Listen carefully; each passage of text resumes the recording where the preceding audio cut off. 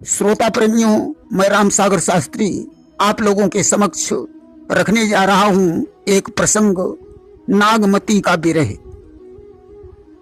देखिए, नागमती चित्तौड़ के राजा रत्नसेन की रानी थी। उसके घर में हीरामन नाम का एक तोता था जो मानवी भाषा में बातचीत करता था। दरअसल हीरामन को सिंघल द्वीप की राजकुमारी पद्मावती ने बचपन में पाला था। एक दिन की बात है, पद्मावती अपनी सखियों के साथ मानसरोवर में स्नान करने के लिए चली गई। इधर हीरामन पिंजड़े में बंद था। अचानक वहां कोई बिल्ली आ गई। बिल्ली ने तोते पर आक्रमण कर दिया। दैव योग से तोता बिल्ली के हाथों से बच गया।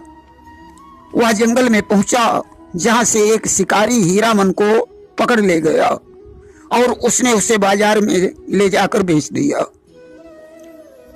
इन के इन प्रकार से वह तोता रत्नसेन के पास पहुंच गया। हीरामन के द्वारा राजा रत्नसेन ने जब पद्मावती के रूप की प्रशंसा सुनी तो वे उसे प्राप्त करने की योजना बनाने लगे। रानी नागमती ने अपने स्वामी को बहुत समझाया, परंतु वे नहीं माने।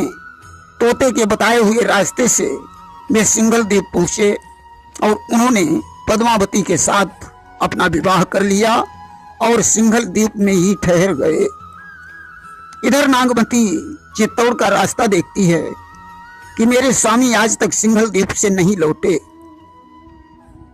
कि नागमती चित उर पथेरा पीऊ जो गए पुनि कीन्हन फेरा। उसे एहसास हो जाता है कि मेरे स्वामी अवश्य ही किसी स्त्री के चक्कर में पड़ गए हैं। और वह कहती है कि असली शत्रु तो हीरामन तोता बन गया जो हमारे स्वामी को ले गया है। कि सुआ काल बनी लईगा पीऊ पीऊ नहीं जात जात बरु जीऊ। हमारे स्वामी नहीं बल्कि हमारे तो प्राण चले गए हैं। कि जिए बीनु देहो नदी बिनु बारी तैसे ही नाथ पुरुष बिनु नारी। स्त्री का जीवन बिना पति के उसी प्रकार है जैसे नदी में नीर नहीं, जैसे शरीर में प्राण नहीं। मेरे स्वामी को तोता उसी प्रकार ले गया जैसे कृष्ण को लेकर अक्रूर मथुरा को चले गए और गोपियां उनके विरह में पागल हो गईं। सत्य कहा गया है कि सारे सुख संसार दिखाए सजनी सुखी सजन बिन नाय। बादल उमड़ घुमड़ घिर आए सच्ची मौज झरन बिन नाय। तोता पिंजड़े में अकुलाए जिसको चैन गगन बिन नाय। जीवन तो है जीवन धन से जीवन जीवन धन बिन नाय। आज नागमती को दुखी देखकर सखियां समझाती हैं कि पाट महादेई ये नहारू धरि धीरज चित चेत समारू। हे महारानी जी, धीरज रखो। संयोग और वियोग ये विधाता की मर्जी पर निर्भर है। अगर आज वियोग है तो कल संयोग अवश्य होगा। कि मिले ही जो बिछुरे साजन अंकम भेंट गहंत तपनी मृग सिराजे सहे ते अद्रा पलुहंत। जिस तरीके से मृगशिरा की गर्मी को जो सहन करते हैं वही आद्रा नक्षत्र में हरे भरे हो जाते हैं, उसी प्रकार तुम्हारे इस विरह का भी अंत अवश्य होगा। इस तरीके से आषाढ़ का महीना आ गया, आकाश में बादल छा गए, घनघोर घटा घिर गई, बिजली चमकने लगी, मेढक मोर बोलने लगे और कोयलें कूकने लगी। कि चढ़ा आषाढ़ गगन घन गाजा साजा बिरहे धुंध दल बाजा। नागमती को अच्छा नहीं लग रहा है। वह कहती है कि हमारी समझ में वही स्त्री सुखी है जिसके पति घर में है। मेरा तो सारा सुख चैन ही चला गया। आषाढ़ तो जैसे तैसे गुजर गए, सावन आ गया कि सावन बरस में अति पानी, भरनी परी हो बिरहे झुरानी। सावन में घनघोर वर्षा होने लगी, नदी नाले भर गए, सखियां अपने प्रियतम के साथ हिंडोला झूल रही हैं, नागमती बिरह में डूबी हुई आंसू बहा रही है। इस प्रकार सावन बीत गए और भादों का महीना आ गया कि भादों दो भर अति भारी, कैसे भरम रैन अंधियारी। नागमती से भादों की अंधेरी रात कांटे से नहीं कट रही है।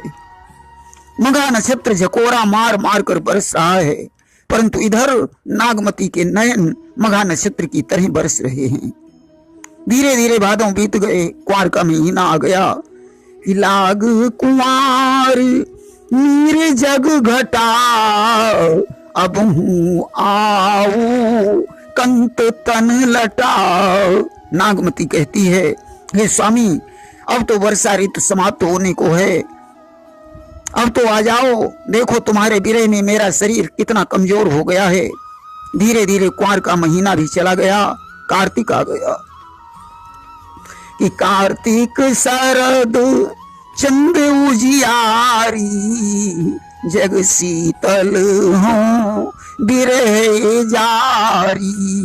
नागमती कहती है, स्वामी दिवाली आने वाली है, सखियां लक्ष्मी और गणेश की पूजा करेंगी, मेरा त्योहार सोना चला जाएगा, इसलिए हे स्वामी शीघ्र लौट आइए। धीरे धीरे कार्तिक भी गुजर गया, अगहन का महीना आ गया कि अगहन दिवस घटानी सिबाढ़ी, दूभर रेनी जाई की गाढ़ी। दिन छोटा हो गया, रात बड़ी हो गई, अब तो अकेले रात कांटे से नहीं कटती। नागमती भौरों और कागों से संदेश भेजती है कि मेरे स्वामी से मेरा संदेश कह देना, जिससे स्वामी शीघ्र घर आ जाएं। जैसे तैसे अगहन भी गुजर गए, पूस का महीना आ गया कि पूस जाड़ थर थर तन कापा, सूरज उजाई लंका दिशि चापा।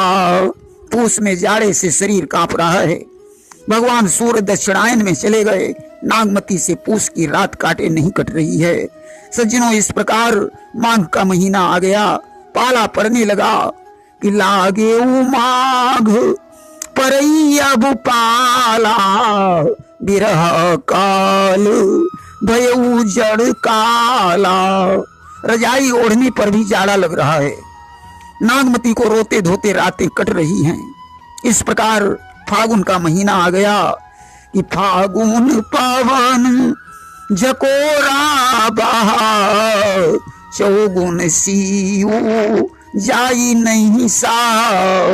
फागुन में सभी लोग होली खेलते हैं कि फागुन करही सब चाचर जोरी, फागु करही सब चाचरी जोरी, मोहितन लाई दिन जस होरी। फागुन में टोली बनाकर सभी होली खेल रहे हैं। अब तो नागमती का शरीर मानो होली की तरह जल रहा है। धीरे धीरे चैत का महीना आ गया कि चैत बसंता होई धमारी, मोहिले खेसन सार उजारी।